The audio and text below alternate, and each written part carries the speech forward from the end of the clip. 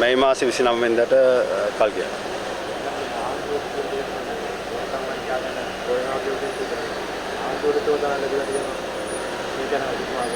චෝදනා නෙවෙයි. මහා දවල් ආණ්ඩුව මුදල් අමාත්‍යාංශේ මංකොල්ල කාලා තියෙනවා. මහා දවල්. දැන් අර පිප්පොකට් න්‍යායනේ. පිප්පොකට් ගහන පිප්පොකට් කාර්යය තමයි මෙන්න හොරෙක් කියලා දුවන්නේ. ඉතින් ඔක්කොම පිප්පොකට් කාර්යය කියන දේ අහලා අර අහිංසක මිනිස්සෙක් පස්සේ දුවනවා. හැබැයි පිප්පොකට් කාර්යය මීට පිප්පොකට්ටයත් ගහලා මාරු වෙනවා. ඉතින් මේ ආණ්ඩුවත් ඒ වගේ. බලයට ආපු දවස් ඉඳන් එක පැත්තකින් කන්ටේනර් 323ක් වරායෙන් පැන්නුවා. කුඩු කන්ටේනර් දෙකක් වරායෙන් පැන්නුවා. ඒ අනිත් පැත්තෙන් ගල්අඟුරු සම්බන්ධයෙන් අද වෙනකොට විගණාධිපතිතුමියගේ වාර්තාව දිහා බැලුවම ඒ වාර්තාවේ බැලූ බැල්මටම ප්‍රශ්නයක් තියෙනවා.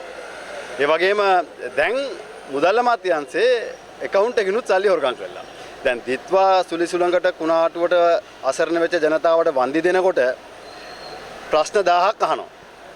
ඒ ප්‍රශ්න හොයනවා. ඇත්තද කියලා හොයනවා. ඊට මේ අයිතිකාරය බලනවා. හිටියද කියලා හොයනවා. පදිංචිය හොයනවා. අන්තිමට දීපු චෙක් එකෙත් සල්ලි නැහැ කියලා ආයේ ආණ්ඩුවෙන් ඉල්ල ගන්නවා. හැබැයි මුදල් අමාත්‍යාංශයේ ෆේක් ඊමේල් එකකට නැත්නම් වැරදි ඊමේල් එකක් ඇවිල්ලා ඊමේල් එක ආපු විගස ඩොලර් 2.5ක් ගෙවනවා. දැන් වෙන්න බෑනේ. කොහොමද එම වෙන්නේ? මුදල් අමාත්‍යවරයා ජනාධිපතිවරයා. ඉතින් මුදල් අමාත්‍යවරයා ජනාධිපතිවරයා වගේම මුදල් ලේකම්වරයා පාර්ලිමේන්තුවේ හිටපු අමාත්‍යවරයෙක්. ඉතින් මේ දෙන්න නොදැනුවත්වම වෙන්න බෑනේ. ඉතින් අද මේ ආණ්ඩුව පැහැදිලිවම මේ රටේ අහිංසක ජනතාව රවට්ටලා ජනතාව මුලාවේ දාලා ජනතාවට බොරු පොරොන්දු දීලා තමන්ගේ දේශපාලන පැවැත්ම සහ තමන්ගේ පැවැත්මට අවශ්‍ය තීන්දුව తీරන පමණක් අරගන්නවා. බොහොම හොඳයි.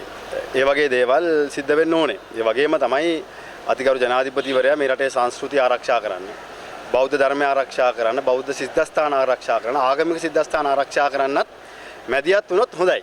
මොකද දැන් ජනාධිපතිවරයාගෙන් අවසර ගත්තත් දන්නේ මේ උතුරට පාගමන යන්න. මොකද සිල් ගන්න අයට නම් එන්න ඕනේ නැහැ කිව්වනේ. ඉතින් ඒ හින්දා පොඩ්ඩක් සංවිධානය කරන්න ජනාධිපතිතුමාගෙන් ඇහුවොත් හොඳයි. නැත්නම් ප්‍රශ්නයක් වෙන්න පුළුවන් පස්සේ ඒකයි. මම නෙවෙයි කියන්නේ ජනාධිපතිතුමා කියපු කාරණයක්. හරි.